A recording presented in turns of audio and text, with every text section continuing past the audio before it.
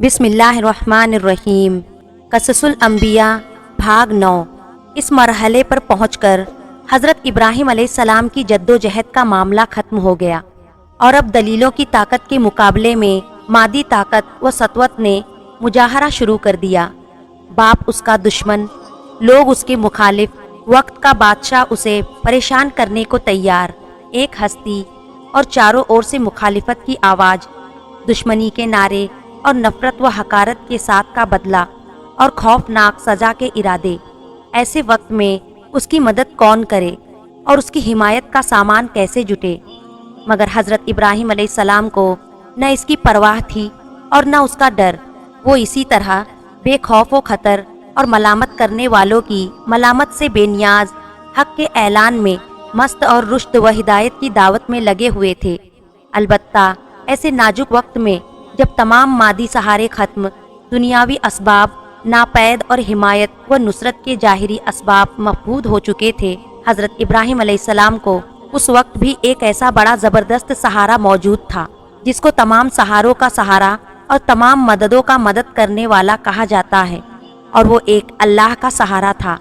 اس نے اپنے ذلیل القدر پیغمبر، قوم کے بڑے درجے کے ہادی اور رہنما کو بے یار و مددگار نہ رہنے دیا اور دشمنوں کے تمام منصوبوں کو خاک میں ملا دیا۔ ہوا یہ کہ نمرود اور قوم نے حضرت ابراہیم علیہ السلام کی سزا کے لیے ایک مخصوص جگہ پر کئی دن لگاتار آنکھ دھکائی گئی، یہاں تک کہ اس کے شعلوں سے آس پاس کی چیزیں تک جھلسنے لگی۔ جب اس طرح بادشاہ اور قوم کو پورا اطمینان ہو گیا کہ اب حضرت ابراہیم علیہ السلام کو اس سے بچ نکلنے کی کوئی شکل باقی نہیں رہی، تب ایک گوفن میں حضرت ابراہیم علیہ السلام کو بٹھا کر دھدکتی ہوئی آگ میں پھینک دیا گیا۔ اس وقت آگ میں جلانے کی تاثیر بخشنے والے نے آگ کو حکم دیا کہ وہ ابراہیم علیہ السلام پر اپنے جلانے کا اثر نہ کرے۔ آگ اسی وقت حضرت ابراہیم علیہ السلام کے حق میں ٹھنڈی و سلامت والی بن گئی، اور دشمن ان کو کسی قسم کا نقصان نہ پہنچا سکے، اور حضرت ابراہیم علیہ السلام دہکتی آگ میں سے صحیح سلامت و محفوظ دشمنوں کے نگر سے نکل گئے۔ تو بدبخت قوم نے کچھ نہ سنا اور کسی بھی طرح رشد و ہدایت کو قبول نہ کیا، اور ابراہیم علیہ السلام کی بیوی حضرت سارہ علیہ السلام اور ان کے برادر جدہ حضرت لوط علیہ السلام کے علاوہ کوئی ایک بھی ایمان نہیں لایا۔ تمام قوم نے حضرت ابراہیم علیہ السلام کو جلا دینے کا فیصلہ کر لیا اور دہکتی آگ میں ڈال دیا، لیکن اللہ تعالیٰ نے دشمنوں کے ارادے کو ذلیل و رسوا کر کے حضرت ابراہیم علیہ السلام کے حق میں آگ کو بردر و سلامہ، ٹھنڈی و سلامتی بنا دیا۔ تو اب حضرت ابراہیم علیہ السلام نے ارادہ کیا کہ کسی دوسری جگہ جا کر پیغام الہی سنائیں اور حق کی دعوت پہنچائے، اور یہ سوچ کر فدان آرام سے ہجرت کا ارادہ کر لیا، یعنی اب مجھے کسی ایسی آبادی میں ہجرت کر کے چلے جانا چاہیے جہاں اللہ کی آواز حق پسند کان سے سنی جائے۔ اللہ کی زمین تنگ نہیں ہے، یہ نہیں اور صحیح میرا کام پہنچانا ہے، اللہ اپنے دین کی اشاعت کا سامان خود پیدا کر دے گا۔ بہرحال حضرت ابراہیم علیہ السلام اپنے باپ آزر اور قوم سے جدا ہو کر فرات کے پشچمی کنارے کے قریب ایک بستی میں چلے گئے جو آج کلدانیین کے نام سے مشہور ہے۔ یہاں کچھ دنوں قیام کیا، اور حضرت لوط علیہ السلام اور حضرت سارہ علیہ السلام دونوں سفر میں ساتھ رہے۔ یہاں سے ہرانہ یا ہارانہ کی اور چلے گئے اور وہاں دین حنیف کی تبلیغ شروع کر دی، مگر اس مدت میں برابر اپنے باپ آزر کے لیے بارگاہ الہی میں استغفار کرتے اور ہدایت کے لیے دعا مانگتے رہے، اور یہ سب کچھ اس لیے کیا کہ وہ نہایت دل کے نرم، رحیم اور بہت ہی نرم دل اور بردبار تھے۔ اس لیے آزر کی اور سے ہر قسم کی عداوت کے مظاہروں کے باوجود انہوں نے آزر سے یہ وعدہ کیا تھا کہ اگرچہ میں تجھ سے جدا ہو رہا ہوں، اور افسوس کہ تو نے اللہ کی رشد و ہدایت پر توجہ نہ کی، پھر بھی میں برابر تیرے حق میں اللہ کی مغفرت کی دعا کرتا رہوں گا۔ آخرکار حضرت ابراہیم علیہ السلام کو اللہ کی وحی نے مطلع کیا کہ آزر ایمان لانے والا نہیں ہے، اور یہ انہی لوگوں میں سے ہے جنہوں نے اپنی نیک استعداد کو فنا کر کے خود کو اس کا مصداق بنا لیا۔ ترجمہ: اللہ نے مہر لگا دی ان کے دلوں پر اور ان کے کانوں پر اور ان کی آنکھوں پر پردہ ہے۔ حضرت ابراہیم علیہ السلام کو جب یہ معلوم ہو گیا تو آپ نے آزر سے اپنے الگ ہونے کا صاف اعلان کر دیا۔ حضرت ابراہیم علیہ السلام اس طرح تبلیغ کرتے کرتے فلسطین پہنچے۔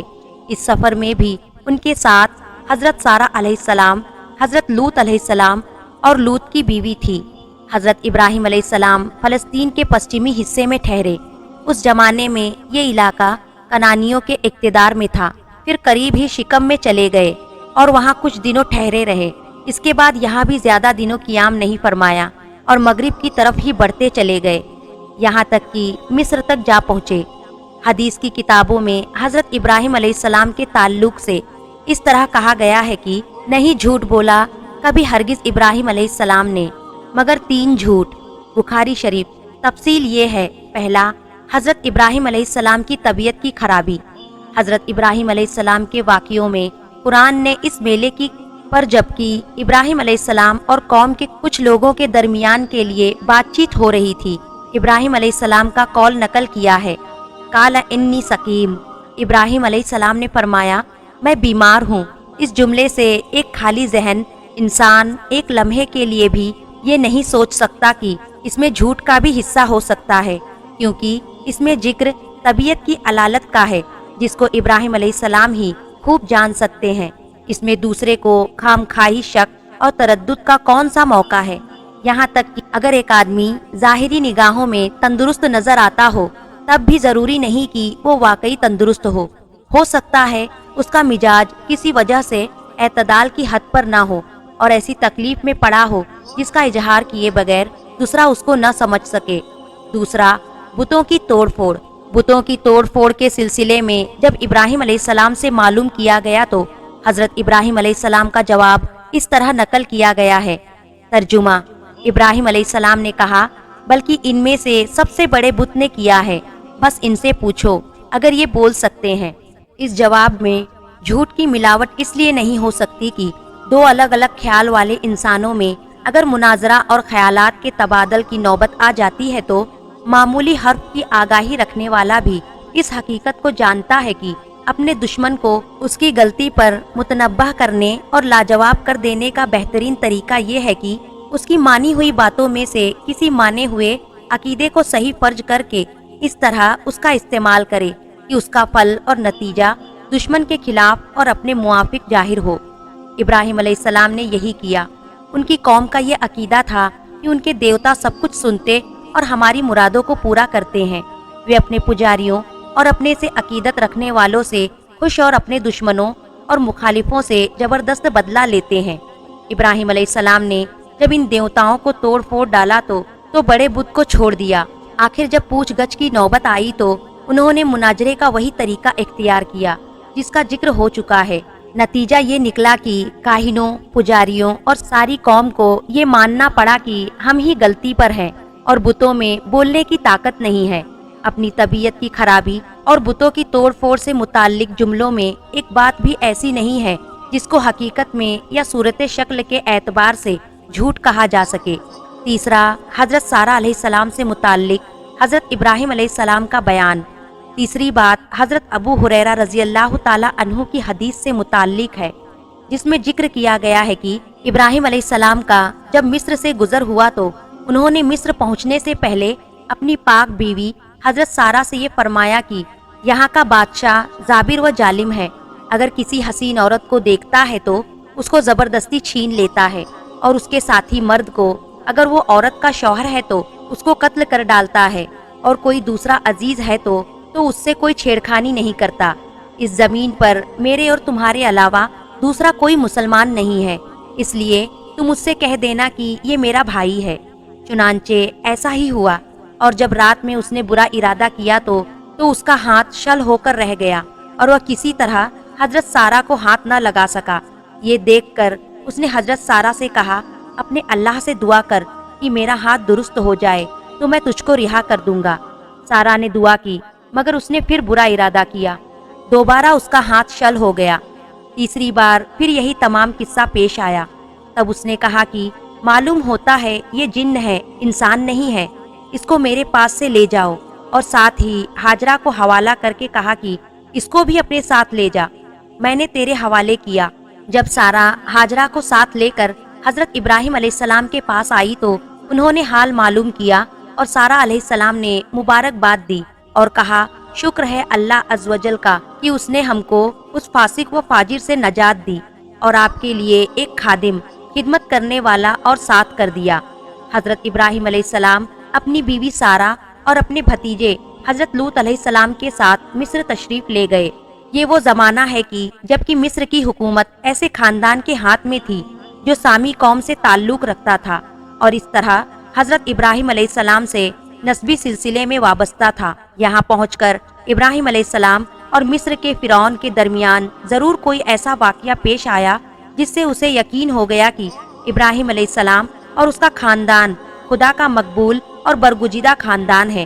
یہ دیکھ کر اس نے حضرت ابراہیم علیہ السلام اور ان کی بیوی حضرت سارہ کا بہت اعزاز کیا اور ان کو ہر قسم کے مال و متاع سے نوازا، اور صرف اسی پر اتفاق نہیں کیا بلکہ اپنے خادم خاندانی رشتے کو مضبوط اور مستحکم کرنے کے لیے اپنی بیٹی ہاجرہ کو بھی ان سے بیاہ دیا، جو اس زمانے میں رسم و رواج کے اعتبار سے پہلی اور بڑی بیوی کی خدمت گزار قرار پائی۔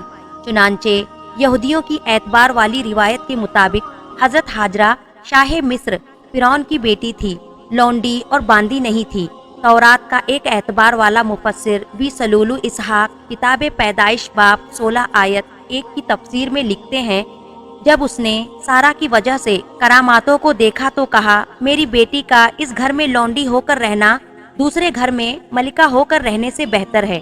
دوسرے عربی بھاشا میں ہاجرہ کے معنی کے لحاظ سے قیاس کے قریب زیادہ یہی ہے کہ چونکہ یہ اپنے وطن مصر سے جدا ہو کر یا ہجرت کر کے حضرت ابراہیم علیہ السلام کی شریک حیات اور حضرت سارہ کی خدمت گزار بنی، اس لیے ہاجرہ کہلائی۔ اور تورات میں ہاجرہ کو صرف اس لیے لونڈی کہا گیا کہ شاہ مصر نے ان کو سارہ حضرت ابراہیم علیہ السلام کے سپرد کرتے ہوئے یہ کہا تھا کہ وہ سارہ کی خدمت گزار رہے گی، یہ مطلب نہ تھا کہ وہ لونڈی ہے۔ انشاءاللہ قصص الانبیاء کا اگلا حصہ اگلی ویڈیو میں کیا جائے گا۔ آپ حضرات سے التجا ہے اسے زیادہ سے زیادہ شیئر کریں اور میرے چینل کو ضرور سبسکرائب کریں اور کمنٹ میں اللہ اکبر ضرور لکھیں۔